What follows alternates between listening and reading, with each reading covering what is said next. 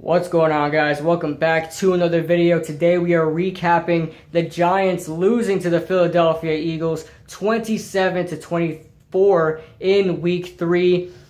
And this was, it was a valiant effort by the Giants, scoring 24 points in the fourth quarter. And it was just an even better play by Jake Elliott, kicking a 61-yard field goal, the longest field goal in Lincoln Financial Field history.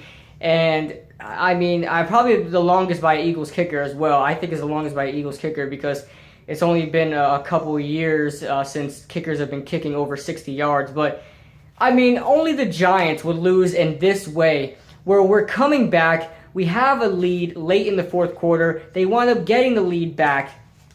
They wind up tying it up. And, I'm a loss for words right now. I thought this was going to overtime. If it wasn't for Janoris Jenkins, I believe it was Janoris Jenkins and Eli Apple, completely they're trying to go after the ball, just swat it down.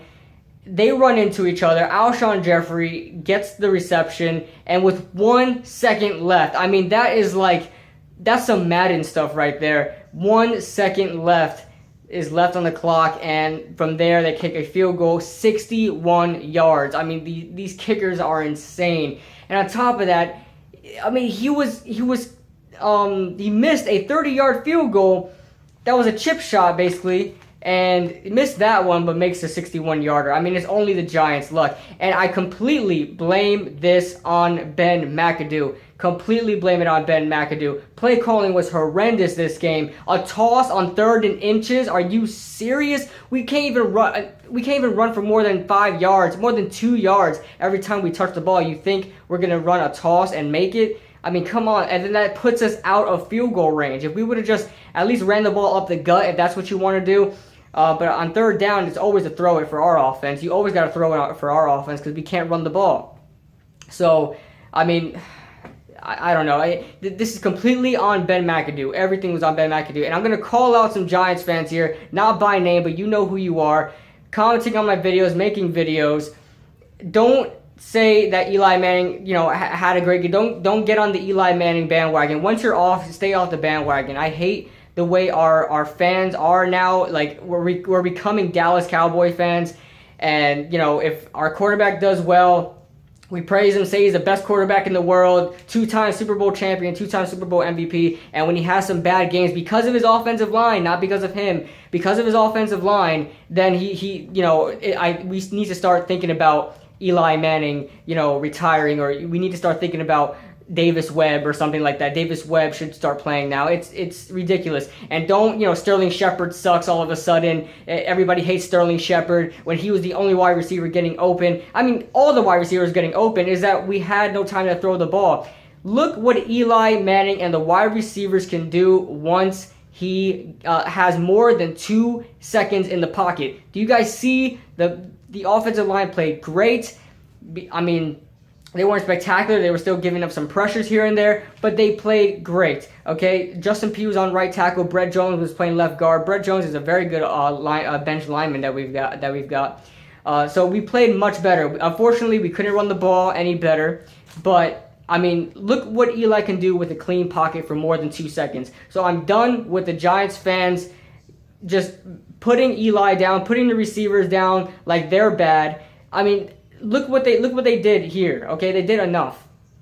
Eli did throw 2 bad interceptions, terrible interceptions. One of them I can kind of give him a little leeway for because I think he thought it was an offsides call and he just lobbed it up for Brandon Marshall and it got intercepted. I think that he thought it was a free play, but it wasn't.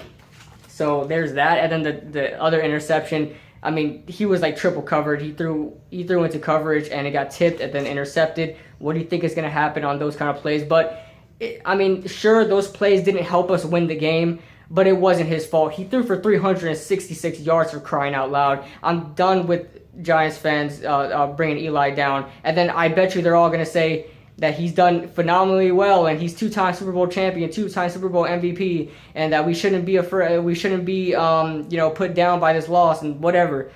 But that's just a quick rant right there. But let's start off with the first play of the game. Olivier Vernon gets a sack, and Carson Wentz got sacked 3 times in this game. Unfortunately, we couldn't get any more later on in the game, like in the fourth quarter where we really needed it. But we did get some key sacks. We got one from Jay Bromley, Olivier Vernon, and Devon Kennard. So that was good. Eli Manning was sacked a total of 0 times. I thought he was going to get sacked at least 5 times because of that Eagles front four, but that was not the case. But, yeah, and then the running game still struggled, like I said. And then that toss play, like I said, toss on 3rd and inches. 3rd and inches. I mean, please, just if you want to run up the gut. I know we suck at running up the gut. Exhibit A was that 4th down play, 4th down in inches to the goal line. But, I mean, do something else other than a toss. That was just a terrible play call. Terrible play call. And then Blunt killed us. LeGarrette Blunt absolutely killed us. If they used him for any more, times in this game, he would have had over 100 yards on us. Most definitely. We couldn't stop him at all. We stopped him a couple of times, but, I mean, he was virtually unstoppable. Sterling Shepard played great. He was at all these 3 games, he was Mr. Reliable. This game, he was definitely, the guy who showed up. Odell Beckham also showed up, and Brandon Marshall too, but Sterling Shepard led the team in receiving, and he definitely showed up the most out of all of us. But he did have, 1 touchdown. It wasn't a touchdown, but it was, inches. It was called a touchdown, but it got called back. He ran like a little out route, and then couldn't get the ball inside the end zone, which is fair enough, fine. So we go ahead in the red zone again. I mean, in the end zone, like lob it to the end zone again. It was a nice, beautiful corner route. Eli Manning threw it beautifully. Sterling Shepard caught it, and when he went down, he couldn't hold on to the ball. That would have been right there. Would have been great for us. That didn't work out. And then we decide to run it straight up the gut on 4th and inches like we're going to make it. I mean, as soon as I saw Orleans Darkwa take this handoff, I was like, wow, turnover on downs. I mean, there's no hope in running it on any team, especially the Eagles front four. So I'm going all over the place, guys, but I'm just telling you guys the highlights that pops up into my head first. I got a bunch of stuff written down, but each thing is written down differently in my head. So yeah, we had 2 4th down. I mean, I'm not gonna say we should have won this game, because I think we were the better team. Honestly, I think we were the better team. But we could have had 30 points because of Ben McAdoo's play calling. I mean, on those 2 4th downs, we could have kicked a field goal. And on that 3rd down, too, that knocked us out of field goal range. We could have had 9. We left 9 points on the board. And I know field goals aren't given. It's not a gimme, these field goals. But Aldrick Rosas has been perfect in the preseason and the regular season. Has not missed a kick at all. And I'm pretty sure he would have got those 9 points for us. So we could have had 30 to 33 points. And we could have won this game, guys. We really could have won this game. And it sucks that we didn't. Ben McAdoo, I really think this guy needs to go. Ben McAdoo needs to go. If anything, demote him down to offensive coordinator. I don't know if you can do that. But demote him to offensive coordinator if you want to do that, or just completely fire him. Is the reason why I don't want to completely fire him just yet is because I know we're 0-3. The stats say that we're not going to make the playoffs, but I want to see what we can do with this year. And I don't think just bringing in another offensive coordinator or another head coach immediately is going to turn this team around any better than just leaving him there for the year. But it is what it is. Odell Beckham probably made the best catch of his career. It's right up there with the catch over the shoulder, one-handed, on coverage too. He was covered on that play too. But one thing I want to say, Odell Beckham, whenever he makes a highlight catch, it's always in a loss. Think about it. Dallas, the catch, that was a loss. San Francisco, when he made that crazy diving catch on the sideline back in his rookie year as well, was a loss. Seattle in his rookie year, where he completely beat out Richard Sherman and made that great diving catch, was a loss. Washington, where he made arguably the catch of that year, where we lost 20-14. That crazy diving catch in the end zone that wanted to be a touchdown was a loss. And then this touchdown, this crazy catch that he made that wound up being a touchdown was in a loss. So anytime Odell Beckham makes a catch that is right up there with the catch of the year. Just know we lost that game. Anyway, yeah, and then Odell Beckham had that touchdown. Then that beautiful sluggo route with a slant to a go route. It was a beautiful route, and caught it. I believe it was Jalen Mills or Rasul Douglas, one of those guys. But it was a great play. And Corey Clement really showed up. I really liked Corey Clement out of Wisconsin. I was watching him before the draft. I really liked him. I thought he would be drafted, but he wasn't. But he showed up today. 6 rushes, 22 yards. Not too much, but he got that crazy. I don't know how nobody tackled him there, but he got that touchdown there. So let's go over the stats. We've got Eli Manning, 35 of 47, 366 yards, 3 touchdowns, and 2 interceptions. Great play by Eli Manning. Eli Manning had a great game. Like I said, I'm done with all these Giants fans talking about how Eli is done. Look what he does with a clean pocket. Look what he does. He makes plays. I know those interceptions suck. They suck, all right? But he makes plays. Orleans Darkwa, 7 of 22. Paul Perkins, 9 of 22. Not any better. These guys are scrubs. I like Orleans Darkwa, but I hate Paul Perkins. I really don't like him. Sterling Shepard, 133 yards on 7 receptions and a touchdown. Great play by Sterling Shepard. I wish he would have caught one of those balls for a touchdown during that fourth down play in the end zone. But it is what it is. Odell Beckham, 9 of 79 and 2 touchdowns. Brandon Marshall showed up, 8 receptions, 66 yards. And Evan Ingram, 5 receptions, 45 yards.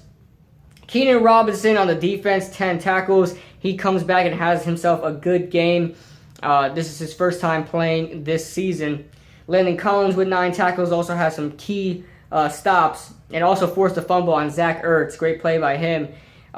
Sacks, Olivier Vernon got a sack. Devon Kennard got a sack. And Jay Brownlee got a sack. And then for the Philadelphia Eagles, Carson Wentz, 21 of 31, 176 yards and a touchdown. I don't think the offense for Philadelphia really clicked. There was a lot of drop passes from Philadelphia, from the Giants as well, but Carson Wentz was definitely by himself. The offensive line didn't help him whatsoever either. That offensive line couldn't hold up for anything. I know we only had 3 sacks, but he was being pressured almost every single play. It was forcing Carson Wentz to scramble out the pocket and make plays with his feet, which ultimately hurt us, but still, I mean, that offensive line didn't help his cause whatsoever. And then Wendell Smallwood had himself a day. I mean, this guy was fighting for some yards, man. This little guy was fighting for some yards. I mean, he had 12 carries for 71 yards. Nothing crazy, but this guy was fighting for some extra yards. We were hitting him on the line of scrimmage, and he was fighting for an extra 4 yards. I mean, he had himself a game. Then LeGarrette Blount, like I said, if this guy had at least 15 or 17 carries, he would have had over 100 yards. I don't care what anybody says. This guy was killing us. 12 carries, 67 yards, and a touchdown. Corey Clement, 6 for 22 and a touchdown. And then for this receiving game, I thought that Zach Ertz was going to kill us because he always does. But he only had 8 receptions for 55 yards and a touchdown. Alshon Jeffrey was the leading receiver, though, with 4 receptions, 56 yards. And Torrey Smith with 4 for 29.